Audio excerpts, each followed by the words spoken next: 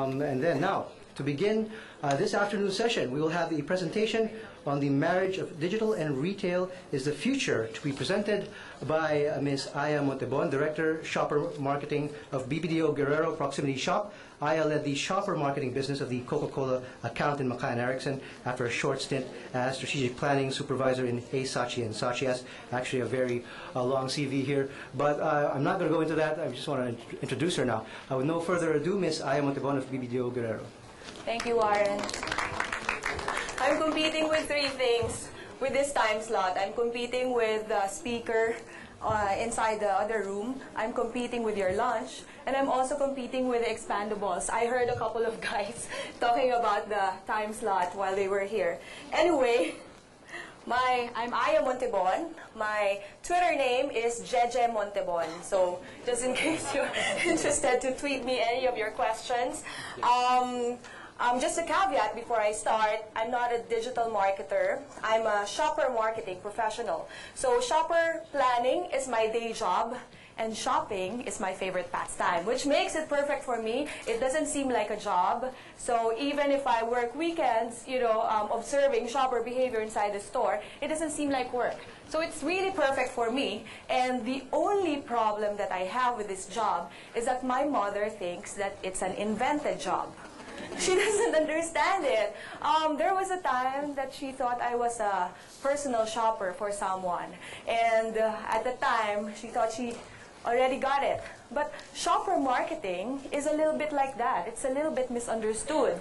So I feel kinship with shopper marketing. A lot of people still don't know what it is, what it can do, and where it lives. This is the reason why I broke my talk in two parts. The first part is what is shopper marketing, the principles behind it, and why I'm claiming that the marriage of shopper marketing, sorry, not retail, the marriage of shopper marketing and digital is the future. So before we get to that main point, I'll explain to you the principles behind shopper marketing first. So who among you here are from brand? Just raise your hand. All right, so I see some of you, yeah, some are my clients. When I started in shopper marketing, the first question I asked them is, do you have shopper marketing in place? And they say yes. And when I review it, it's really just that they included in-store POS in their marketing mix. But shopper marketing is not like that. It actually has to stem from a deep understanding of your shopper insight and your shopper behavior. So, for example, take into consideration how your shopper decides in buying your category. So if you are a mom looking for snacks for your kids, maybe the first thing that you think of is the occasion, snack in school or snack at home, and then you decide which category, which is healthy, which is the SKU format that is best for my kid. So if you know all these things, then you will be very effective in your shopper marketing communication. So they ask me, how do we start with shopper marketing? And this is what I tell them. For effective in-store shopper marketing, you have to get out of the store. So shopper marketing is not limited to in-store marketing activities. This is a highly inaccurate assumption of shopper marketing. It has to be part of an overall integrated marketing approach. Right? So this will consider what will drive consumption, as well as it identifies who is the shopper that needs to buy the product in order for it to be consumed. Right? This is the best, I think, so far, definition of shopper marketing that I came across with. It says, I read it, shopper marketing is a systematic use of marketing mix to affect positive change and shopper behavior in order to drive consumption of a brand. So it is part of a marketing mix. It means being relevant across all touch points, from above the line to below the line, from you being a consumer to turning into a shopper. And this is not achieved without understanding the difference between a consumer and a shopper. So what is the big difference? Anyone here who can define what is the difference between a consumer and a shopper? Ben Reyes, you're not qualified to answer. Any? I'll give you a case of Pepsi Pogi from Steve Romasanta's stash. Alright, so let me just define it for you and keep the case of Pepsi Pogi for myself. Right? So it's a question of mission. Consumers are the ones who use the product, are passive when you talk to them. So they're on their way somewhere else. They're probably watching the TV for news, at best in consideration stage. While a shopper has identified a gap in their lives. They know that they need something. So if they need something, they're already investigating which brand or which product is best for them. Sorry. Ganito pala feeling ni Lady Gaga. Right. So if you know the difference between a consumer and a shopper, then you would be able to see what the consumer insight is. So we all know see what a shopper insight is. So we all know what a consumer insight is. We've been operating on making sure that our campaigns are grounded on consumer insight. But what is a shopper insight? A shopper insight is understanding the various drivers with respect to shopping. For example, how does a shopper select the store from which she will purchase the product from? Or what are the shopping decisions that she has to go through before she checks out of the store? So because of that, a new integrated model is needed. You have to know both the consumer insight and the shopper insight. Why? Because if it is both consumer and shopper-centric and it is internally and externally collaborative, then you are relevant across the path to purchase. While they are still passive and not really considering what to buy, up to the point where they are already on their way to purchase something.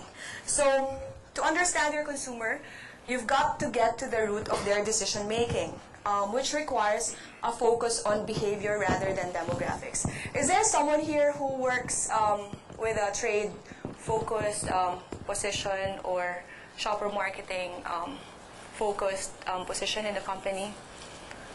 Okay, none. So I hope that I'm not talking alien terms here. This is everyday terms for us, but I'm not sure with digital and brand. So this is one of the points that I want to make today. If this is one of the key takeaways that I want you to have.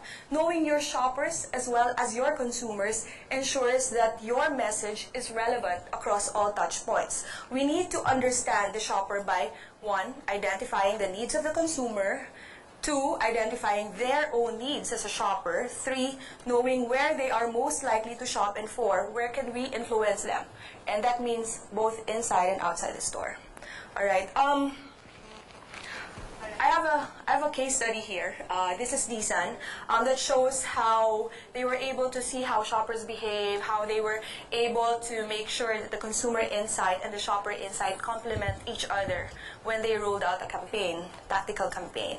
So I feel compelled to give you a background on the case study before I play the video, just for you to see how the consumer insight and the shopper insight worked well together. Right, so their target, as Nissan identified it, are the passionate achievers who see their cars as an expression of their improved status in life. So these are young adults who are probably climbing up the corporate ladder. They're ready to commit to the next stage in their lives. They're ready for a long-term relationship or a big-ticket purchase like a house or a car. So this is the consumer insight, simplified, right? But they have a problem. The problem is, despite their new car models and impressive ad campaigns, it still failed to spike up their sales. This is when they decided to look at the shopper behavior, and I think they asked a very good question. The question was, at which point during the sales stage will the shoppers or the consumers will most likely be influenced to purchase? So the shopper insight that they called was, the experience of test driving the new car models drastically increases the target market's chances of purchasing a Nissan. So if this is the shopper insight, then the task to them is to get these target market behind the wheel. So, but to get them behind the wheel, one must look again at the consumer insight, their attitudes, their motivations. So just working a simplified integration model, they realized if these consumers are open for the next stage in their lives, like dating, marriage, and the shopper insight is to get them behind the wheel and test the product, then maybe there is an idea in speed dating, right? So this is their big idea. Test drive a Nissan and you might get laid, all right? So I'll play the video now. I'm not sure if you've seen the case studies that I'm going to show today, but I do hope that you see it. If you've seen it before in a new light from a shopper shopper perspective. Right.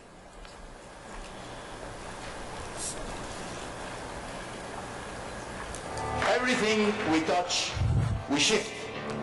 And everything we shift, we try and do make better. In the year 2005, Nissan aimed to reach a new target group called Passionate Achievers. These energetic and passionate city dwellers see owning a vehicle as more than just moving from point A to point B.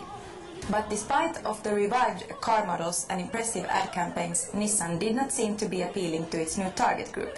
According to the studies, the peril lies in brand's history, and who the hell would still want a Datsun?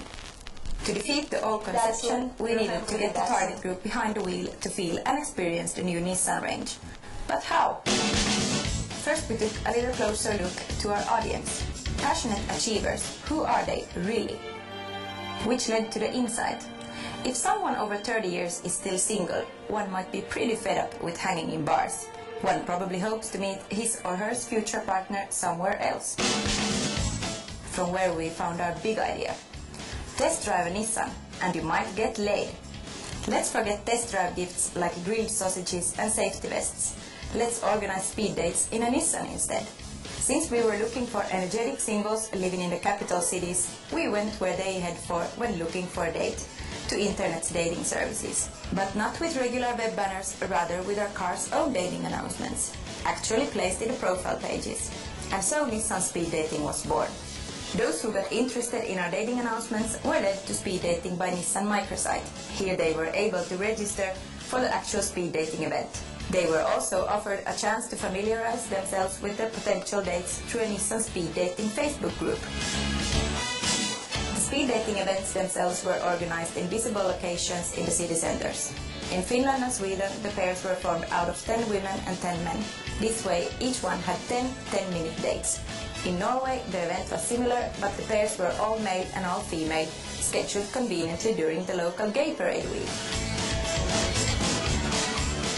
The events were well documented by a photographer, and those photos were uploaded to a Flickr site where anyone interested could check them out. We became the first in history to arrange test drive speed dating. As far as we know, a few other car brands have sponsored speed dates too, but in those cases the sweethearts were just sitting in the back. We did it differently, as we firmly believe that the car has to be experienced from behind the wheel. So, did people get lucky? Well, at least we did. The media choice was extremely successful. We gathered 900 test drives, media's interest exceeded the expectations, and discussion on internet message boards was as passionate as dating itself. So what they achieved was that they were able to treat consumer and shopper insights as separate but complementary pieces, right? So on to the part two of my presentation. Why do I feel strongly that the marriage of shopper marketing and digital is a future? So indulge me a bit on how we've progressed through the years and how digital is now playing a big role in our lives. This is in shopper context, so it's from that perspective. So technology has made shoppers smarter than ever.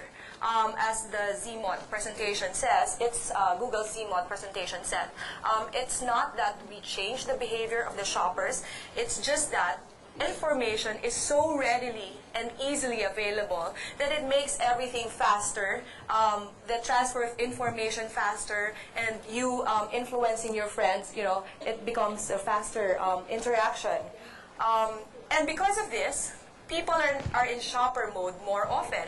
And also we have a lot of new channels. Before it was just the wet market. During the time of my lola, it was just the wet market and the sari-sari store. Now we have all these convenience stores, the malls. And because information is so readily available and everyone is connected with, more connected now more than ever with the cell phones, that in-store mindset can switch on at any time. It doesn't just switch on inside the store. So you have to be ready with a relevant message along the entire path to purchase. So digital and mobile are now playing big roles in our everyday lives. And once you know your shoppers, you will be able to activate them, activate the channels that are most relevant to their needs, and you will be able to identify the role of digital and how it should play in their lives, right? So why am I saying that the marriage of shopper marketing and digital is the future? It's because of the advantages of the digital as a platform for shopper marketing. I can go on and on about the benefits of digital. We all know this. It has the potential to reach massive amounts of people in a shorter time. It's customizable. It costs less. But in context of shopper marketing, the digital platform can effectively take the retail experience and the shopper marketing message outside of the store. It can also be tailor-fit to create that unique experience for your shoppers as she goes along the path to purchase. Right. So I have three more case studies just to highlight how the shopper insight and the consumer insight work together. So as I did for Nissan, this is for eMart. I'm going to give you a background first before I show the video. So this is all about the QR code. So we've all seen the QR code. Brands are activating it, putting it at the bottom of their print ads. But I just feel that it's not maximizing the potential of the QR code. It can actually deliver a unique experience for your shoppers. But I'm not here to sell the QR code. I'm just saying that if you know your shoppers as well as your consumers, you will be able to find the digital platform that works best with your integrated marketing communications. So for eMart, the problem that they have is that sales are down during lunchtime. Well, I wouldn't really, people are busy. You only have about an hour before you have to go back to work. So why would you waste your precious hour to go to eMart? So they see no reason to go to eMart during lunchtime. But eMart needs to increase their sales from 12 noon to 1 p.m. And they know that they needed to create a tactical program to drive people to the store during lunchtime. So this is the idea that they had. Surprise lunchtime promotions. But how do you do this in such a way that it creates buzz? It doesn't just benefit the shoppers, but it amplifies the whole experience and it reaches a lot of people and at the same time cost efficient. So this is where the role of mobile technology comes in. It's to ensure that the surprise lunchtime promotions doesn't turn into a logistical nightmare. And you are able to reach the target market efficiently. And you are able to customize lunchtime special offers for each of your shoppers, right? Because mobile technology will be able to reach mass amounts of people in less time.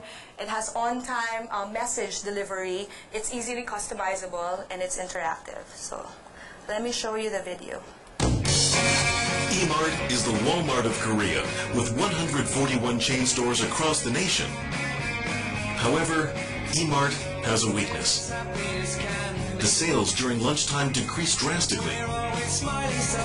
Mission: to increase sales during lunchtime from 12 p.m. to 1 p.m. Idea: give people a unique experience, only available during lunch hours. Install a shadow QR code using the sunlight and shadow, only available from 12 p.m. to 1 p.m.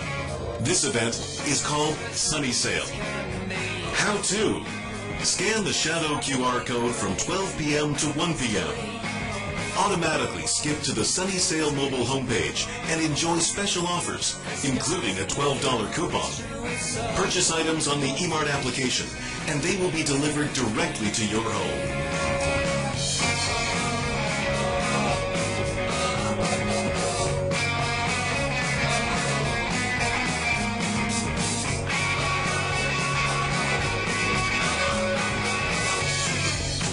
People were delighted to find small lunch surprises and enjoyed shopping via their smartphones.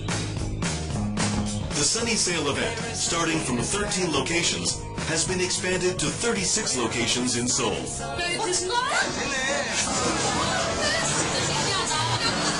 Result: over 12,000 coupons have been sold. In February, eMart membership increased by 58% from the previous month. A 25% increase in sales of eMart Mall during lunch hours. And media coverage on the Shadow QR code promotion over the past few months. Also, the most notable result of the Sunny Sale was that it made people sunny for the day. Sunny Day, Sunny Sale, Sunny eMart. So they were able to give justice to what a QR code can do because they know who their shoppers are, and they were able to call that insight and turn it into a program that really answers the needs of the shoppers. I now leave you with two case studies of brands who were able to identify a gap in consumer lives, identify their own shopper behavior, habits, motivations. The first one is the American Express tactical promotion with Twitter. The shopper insight is that shoppers love the benefits of special offers, but we hate the steps that come with it. Remember, collect the crowns, or collect the coupons, or fill up this, fill up that, print it out. So those things. So the role of digital here is, how can we come up with a special promotion that doesn't disrupt what people do in their everyday lives? And the role of Twitter is, if you're tweeting every day anyway, what if you get special promotions about the things that you tweet about? It means that you get special promotions about the things that you love and you are interested in. Right?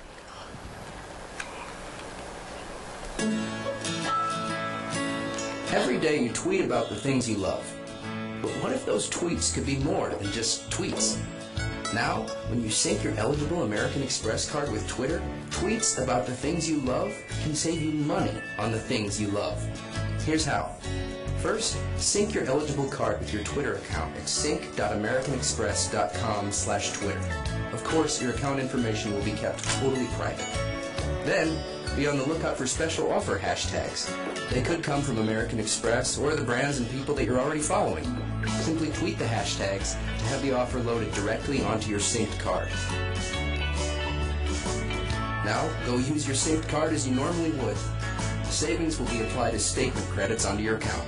No coupons, no printouts, no promo codes. It's that easy to sync, tweet, and save with American Express. To start saving on what you love, head to sync.americanexpress.com/Twitter. So the last case study that I have is an iPhone application created by BBDO for Westpac Bank in New Zealand. So this is a bit different. These are not shoppers. We call them bank customers. But how do you get them to deposit more and more often in their bank account? So the shopper insight is, if I only have a small amount, like $5, why bother go to the bank and deposit it, like if I have $1 or $10?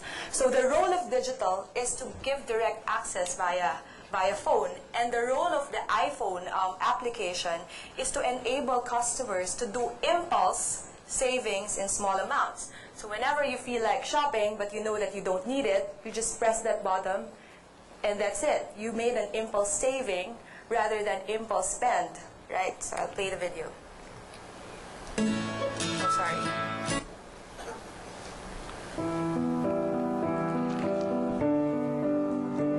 This is the amount of money that we waste on impulse purchases every single day.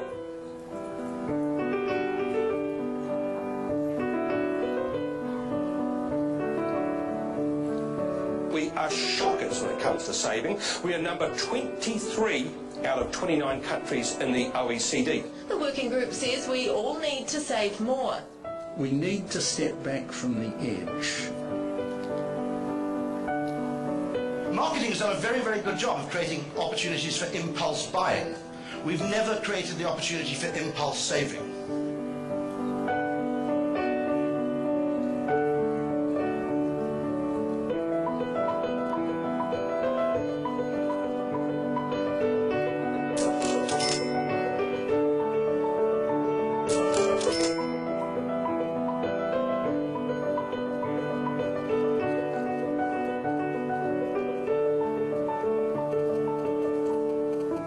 It's an iPhone application that allows you to save, with one press of a button, you can save a predetermined amount from a transaction account straight through to your savings account.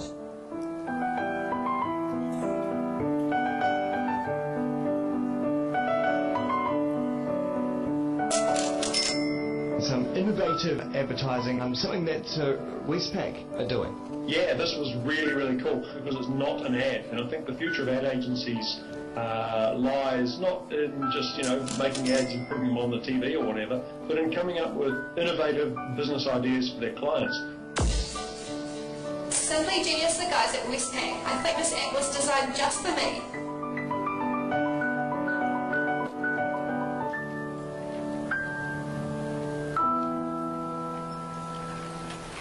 So if you have two key takeaways from my presentation, it's number one, your path to purchase or your digital platform, digital campaign will greatly benefit from knowing not just your consumers but also your shoppers as well, because it means that you will be able to find the most relevant digital platform, a key role that it plays within the path to purchase and the integrated marketing communications. The second point is that the digital platform can effectively take the retail experience and the shopper marketing communication out of the store.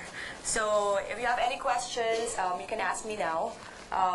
And also, if you want more information on shopper marketing and digital shopper marketing, follow me at Jejemon in Twitter. Jeje Montebon, I'm sorry. So it's so easy to remember. Okay, let's go on stage. All right. Have a seat over there.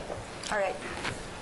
Okay, thank you. I actually found the last case study pretty interesting, the New Zealand case study. It's like counterintuitive to what most of you are trying to achieve, which is get people to buy. But except for the banks. Except for the banks. Except for the banks, of course, they want more deposits coming in. Yeah, right. Okay, I'll join you there. Are there any questions from the audience for Ms. Aya? Any questions out there? Let me get the ball rolling.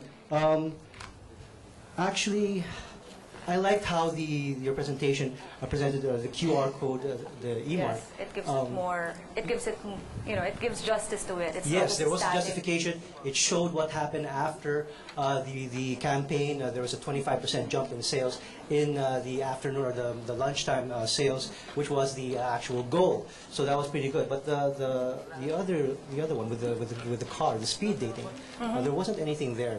I'm curious. Is there a staple or a standard way of determining how successful your campaign is, or the digital campaign that you launched? What's good about shopper marketing is that it moves the needle on hard metrics. So it means that you have to, at the very least, look at the investment versus the profit that you made. Yes. So that's the first measure of success, even with digital shopper marketing. But also you need to look at the amplification that it gave you. For example, the buzz that it gave you. So put a value on the PR so that you are able to identify the other metrics as well. For example, the conversion inside the store. So you are able to connect that. But the brand metrics differ per category and per brand. But I would say at the very least, the conversion metric inside the store should also be measured. I understand you worked with Coca-Cola before. Yes, as a shopper marketing lead for McCann, handling Coca-Cola. Were you involved in that thing where they brought the song, the happiness thing across the globe? Were you involved in that? Sorry, the Open Coca-Cola, Open Happiness. Open Happiness. Yeah. I was one of the leads in launching that campaign. So, yes, we made a local version of the song. I think with Sandwich. And then you uploaded it as a viral video, is that correct? Yes. Yeah, so how did you determine that the viral video was the way you wanted to go for Coke? It's really just to seed the song. It's one of the things that we wanted to do. We wanted to spread that message of happiness with Coca-Cola before. So we know that targeting teens, music is one of the ways to get to their, to their hearts. So that's what we did. Now we also worked with our media counterparts in determining which are the best mediums and efforts that would reach our target market efficiently. We worked with Starcom at the time. Okay. I'm curious because a lot of the campaigns right now, they usually just go straight to the viral video thing. So is it like a go-to campaign design for you guys right now? No, I'm not sure because I work in shopper marketing. So, you know, what we do is we really look at what is the shopper behavior and make sure that, you know, the platforms that we tap actually lead them to a purchase or change a certain shopper behavior that we want changed inside the store. So it should not be taken in silos. It has to be a part of a systematic approach. If it has a role, then maybe, you know, if it's, for example, building brand equity or deepening a customer relationship that is profitable in the long term, then no. Okay, I feel like I'm hogging you. Are there any questions from the audience for Ms. Aya Montebon? Okay, if none, we will go on to the next speaker. Thank you so much. Thank you very much.